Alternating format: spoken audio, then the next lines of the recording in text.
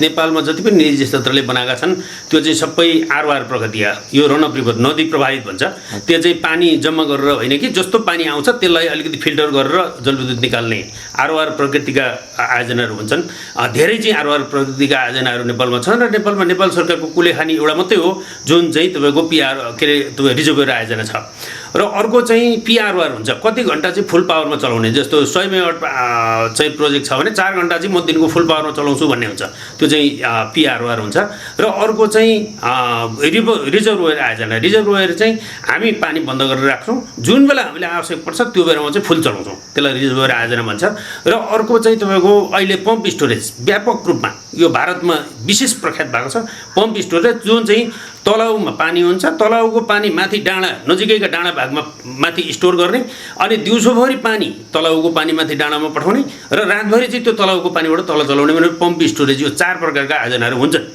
त्यो मध्ये संयोग अब हामी जन्मकै जिल्ला तेह्रथुम ताप्लेजुङ अफ स्ट्रिपमा ताप्लेजुङ पर्छ डाउन स्ट्रिपमा धनकुटा पर्छ र हाम्रो चाहिँ 5 थर र तेह्रथुमको बीच भागमा ओख्रे र स्याब्रुम्बाको पुछारमा 210 मिटरको तपाईँको चाहिँ ड्याम बान्दाखेरि झन्डै पोखराको तालभन्दा फेवातालभन्दा 40 गुणा ठुलो ताल बन्छ र त्यो चाहिँ 762 मेगावाटको आयोजना हो यसको चाहिँ यो चाहिँ बहुउद्देश्य आयोजना हो यसबाट धेरै फाइदाहरू लिन सकिन्छ म यहाँलाई निवेदन के गरौँ भनेपछि पोखरा नेपालको सबैभन्दा पर्यटकीय क्षेत्र विश्वमा प्रख्यात क्षेत्र पोखरा चाहिँ पर्यटनको लागि चलेको के भनेपछि फेवाताल र माछापुच्छ्रे हो माछापुच्छ्रे र फेवातालले गर्दाखेरि पोखराले यो लेभलमा माइलेज पाएको छ भनेपछि यहाँ चाहिँ तपाईँको पोखराको फेवातालभन्दा 40 गुणा ठुलो ताल बन्ने अनि माथि ताप्लेजुङमा तपाईँको प्रसिद्ध पाथिभरा मन्दिर अनि कञ्चनजङ्घा कुम्भकर्ण सहितको हिमालको रेन्ज र यता तीर्थमा चाहिँ तिनजुरे मिल्गाली जलजले त्यो भएकोले गर्दाखेरि पर्यटकीय पोखराको भन्दा राम्रो पर्यटकीय क्षेत्र यो बन्छ त्यो ताल बनायो भने पर्यटनको रूपमा त्यसरी फाइदा छ बिजुलीको रूपमा 762 मेगावाट बिजुली भनेको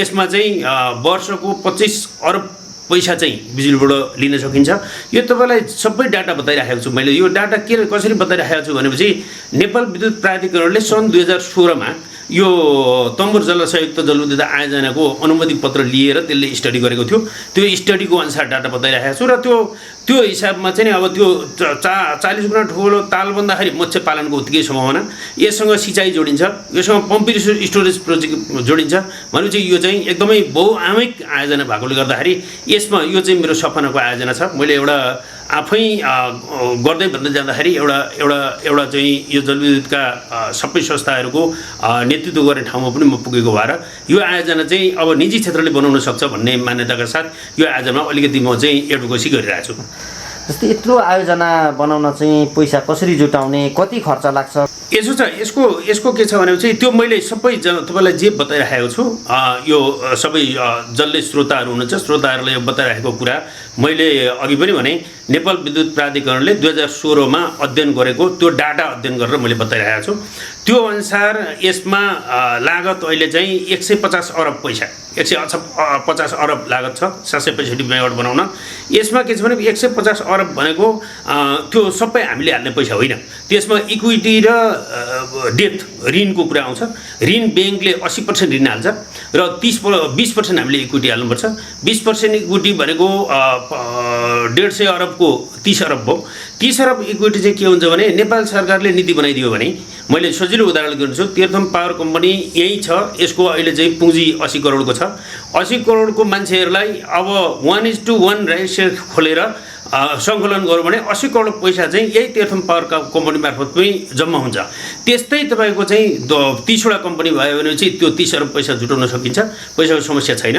र अर्को कुरा चाहिँ बाँकी 120 अरब पैसा ब्याङ्कले दिन्छ र त्यो 120 अरब पैसामा पनि तपाईँको एकदम सहुलियतपूर्ण ऋण ल्याउन सकिन्छ र अर्को के छ भने यसमा विभिन्न प्याक हुन्छ जस्तो हाइड्रो पावरमा विशेष गरेर हामी चाहिँ 14 वटा शीर्षकमा पैसा खर्च गर्छौँ 14 वटा शीर्षक मध्ये पैसा अलिक धेरै खर्च हुने पहिलो धेरै खर्च हुने सिभिलमा हो सिभिलको कस्ट भनेको अधिकांश यहाँ चाहिँ तपाईँको सिभिलको कस्ट भनेको अधिकांश स्थानीयमा खर्च हुन्छ त्यसले स्थानीय तपाईँको इन्कमलाई बढाउँछ र अर्को चाहिँ एउटा चाहिँ यो इलेक्ट्रोमेकानिकलमा जस्तो टर्बाइनहरू किन्न हुन्छ यत्रो प्रोजेक्टहरूलाई चाहिँ हामीले कुरा गरेर टर्नकीमा जस्तो 12 वर्षसम्ममा विद्युत उत्पादन भएको 12 वर्षसम्ममा पैसा तिर्नै गरिकन उधारोमा सामान पनि ल्याउन सक्छौँ।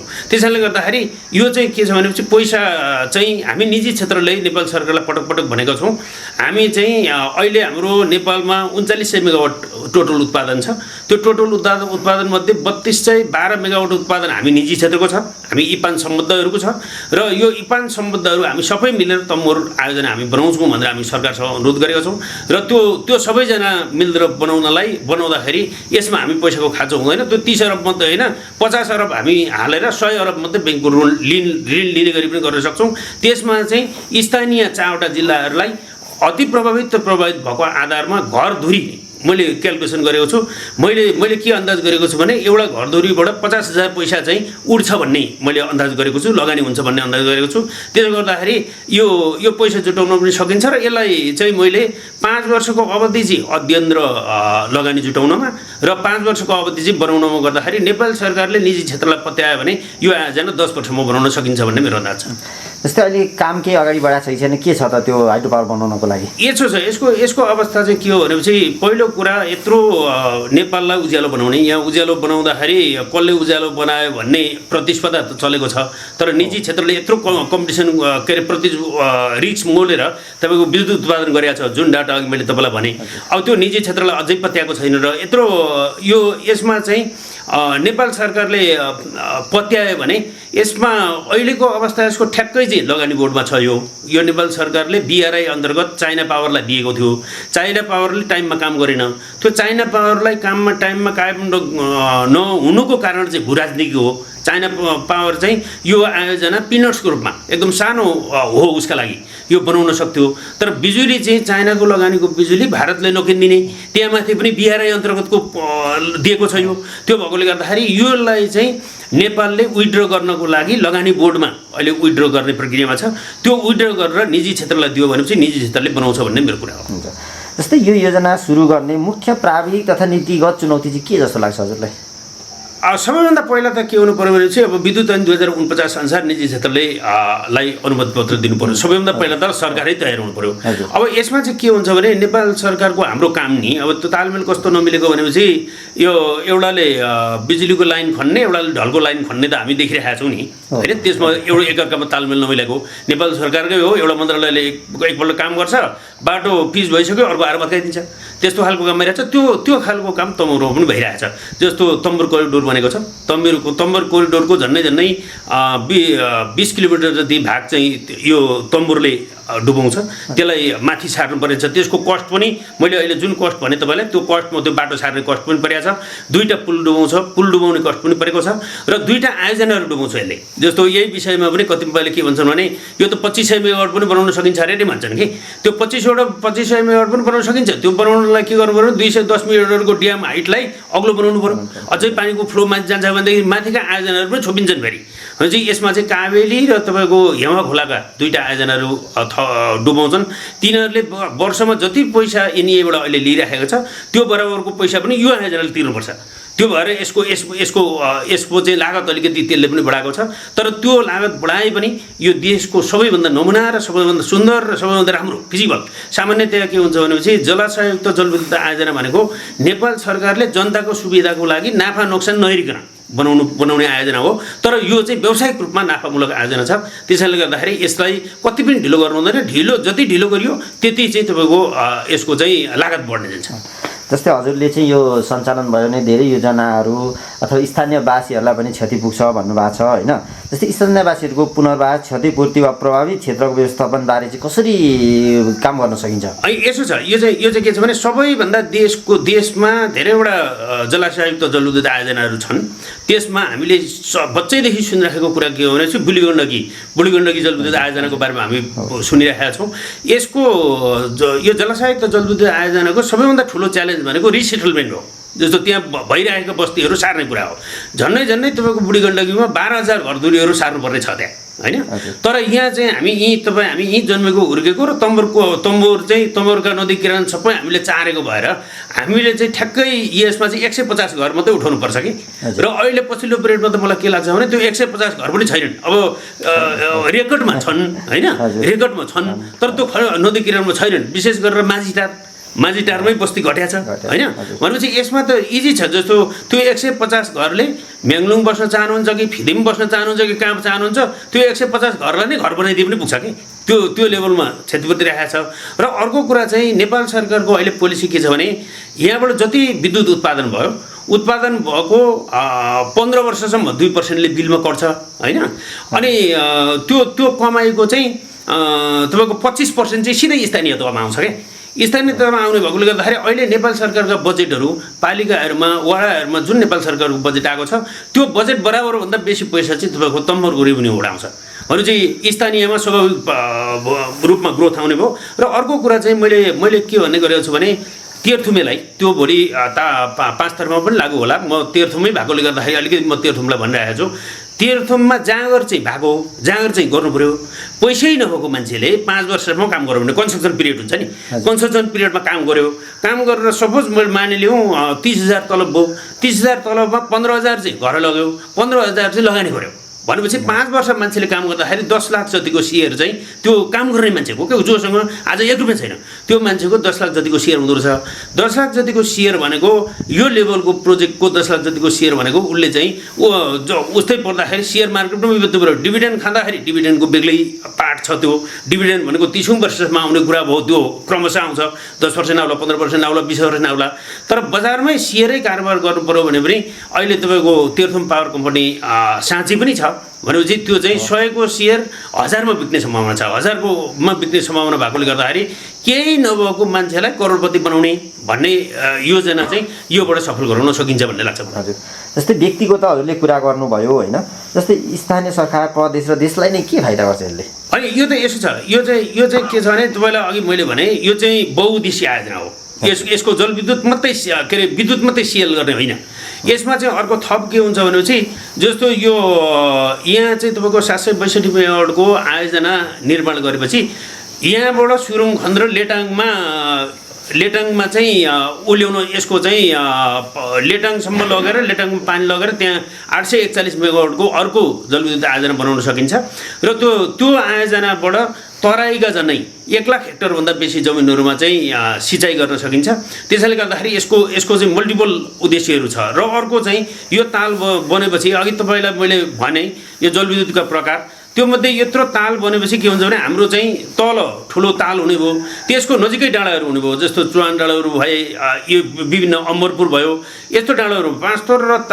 तेह्रथुम टाइपका डाँडाहरूमा तपाईँको पम्प स्टोरेज प्रोजेक्टहरू बनाउन सकिन्छ भनेपछि यो चाहिँ 2500-3000 मेगावाटसम्मका आयोजनाहरू यहाँबाट बनाउन सकिन्छ। अहिले त्यो सबै कुरा जोड्दाखेरि समीक्षा हुन्छ सबैभन्दा ती सबैको मूल सूत्र के हो भने 762 मेगावाट पहिला बन्नु पर्यो भनेपछि त्यो यो बनाउँदाखेरि यो चाहिँ देशको जिडिपीमा यहाँ त स्थानीयलाई त भरपुर फाइदा हुन्छ। मलाई के लाग्छ भनेपछि तेह्रथुमबाट म अहिले तेह्रथुम बेसै भएर कुरा गरिराखेकोले तेह्रथुमबाट जति पनि तपाईँको चाहिँ बसाइसर र तराईतिर जानुभएको छ बाहिर जानुभएको छ त्यो चाहिँ 75% मान्छेहरू चाहिँ यो आयोजना बन्यो भनेपछि तेह्रथुमै फर्किनुहुन्छ भन्ने मलाई लाग्छ। र यहाँ त तपाईँको पुरा टुरिज्म डेस्टिनेसन हुन्छ यहाँ त घर घरै होटल हुन्छ घर घरै होमस्टे हुन्छ यहाँ त ठुल्ठुला चाहिँ तपाईँको 5 स्टार होटलहरू खुल्छन् त्यो त जति पर्यटक आयो त्यति चाहिँ त्यो ग्रोइङ हुँदै जाने हो भन्दाखेरि यसले त देशको जिडिपीमै वृद्धि गर्छ र बसाइ सरेर जब पहाड छोडेर अहिले तराई सुविधा सम्पन्न सहरमा जान्छन् त्यो फेरि फर्किने सम्भावना देख्नुहुन्छ होइन त्यो यो आयोजना बन्यो भने त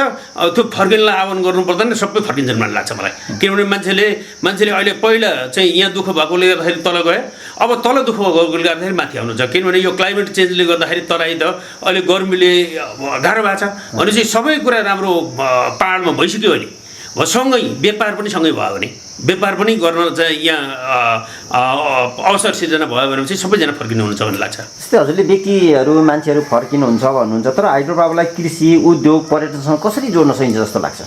यसो भने यो ऊर्जा भनेको र मेटेरियल्स हो यो भनेको र मेटेरियल्स हो यसले चाहिँ हरेक उद्योग धन्दा कल कारखाना घर आवास अहिले चाहिँ तपाईँको अहिले पछिल्लो पिरियडमा चाहिँ अलिक आवश्यक छ जस्तो गाडी घोडाहरू चाहिँ धेरै चाहिँ हामीले इभीमा गइरहेका छौँ होइन जस्तो घर घरमा अहिले 65-70 अरबको चाहिँ ग्यास ल्याएर हामी बालिरहेका छौँ त्यो ग्यास चाहिँ रिप्लेसमेन्ट हुन्छ भोलि भरपर्दो बिजुली मेरो घरमा जाँदैन भन्ने भयो भने त विदेश जस्तै सबै बिजुली मान्छेले खपत गर्न थाल्छन् भनेपछि यसले त यो इकोनोमिक ग्रोथ त्यो एउटा स्टडी गरेको थियो इपानले।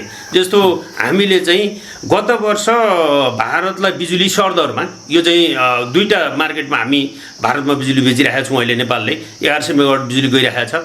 त्यसमा चाहिँ हामी चाहिँ सरदरमा हामीले गत वर्ष 8 रुपियाँ 37 पैसामा हामीले बिजुली बेचेछौँ।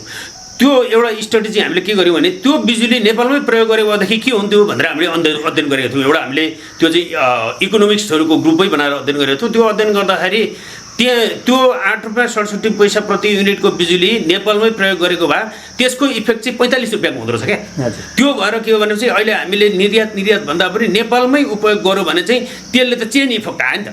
त्यो चेन इफेक्ट आउने भएकोले गर्दाखेरि यहाँ त यो र मेटेरियल्स हो र यसले उत्पादनमूलक गर्छ र यसले चाहिँ के अरे तपाईँको इकोनोमीमा ठुलो इफेक्ट गर्छ एउटा कुरा।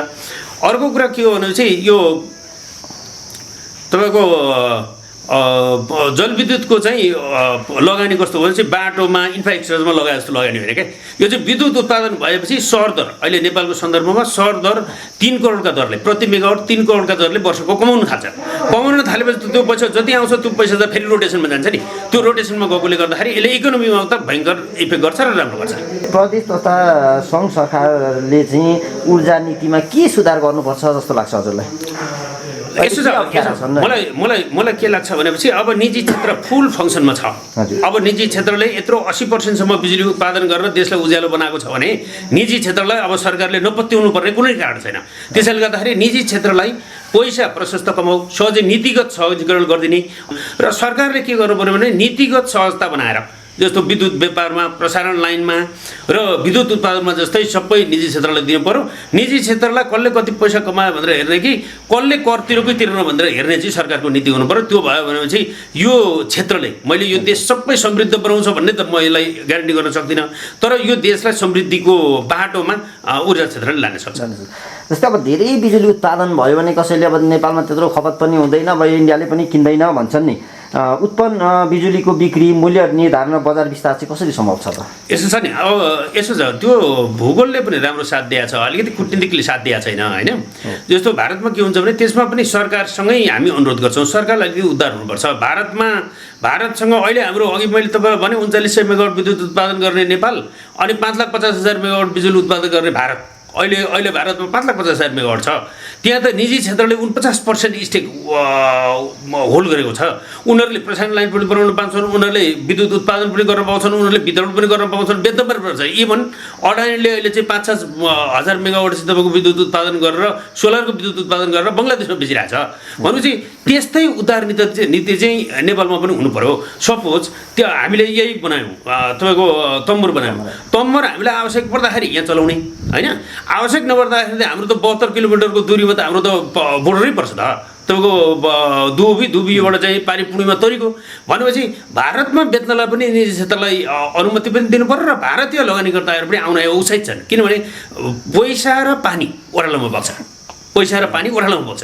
जहाँ प्रफिट देखियो पैसा त्यहाँ जाउँछ भनेपछि भारतीय लगानी पनि यहाँ ठुलो आउने सम्भावना छ र बिजुली पनि उनीहरूले नै किन्ने, लगानी पनि मार्केट पनि दिन्छ, पैसा पनि दिन्छ।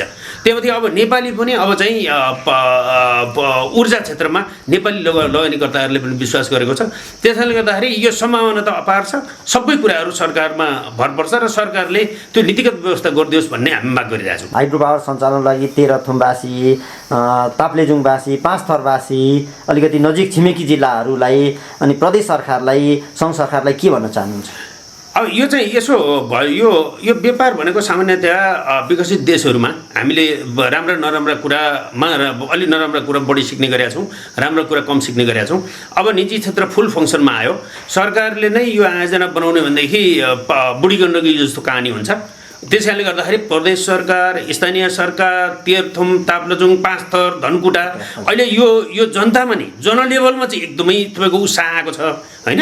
र यसमा चाहिँ प्रदेश सरकार र केन्द्रीय सरकार, प्रदेश सरकार भन्दा पनि बढी चाहिँ केन्द्रीय सरकार, किनभने कानुन त अधिकार केन्द्रीय सरकारलाई दिएको छ। अहिले केन्द्रीय सरकारले निजी क्षेत्रलाई जतिसक्दो चाँडो दिएर 10 वर्षमा बनाउन सक्ने गरी ग्यारेन्टी गरेर र निजी क्षेत्रलाई दिएर चाहिँ यो 10 वर्षमा यो आयोजना बनाउन पाइयो भने यो क्षेत्रको हाम्रा जिल्लाहरूको प्रदेशको चाहिँ काहे पलट हुन्छ भन्ने मलाई लाग्छ।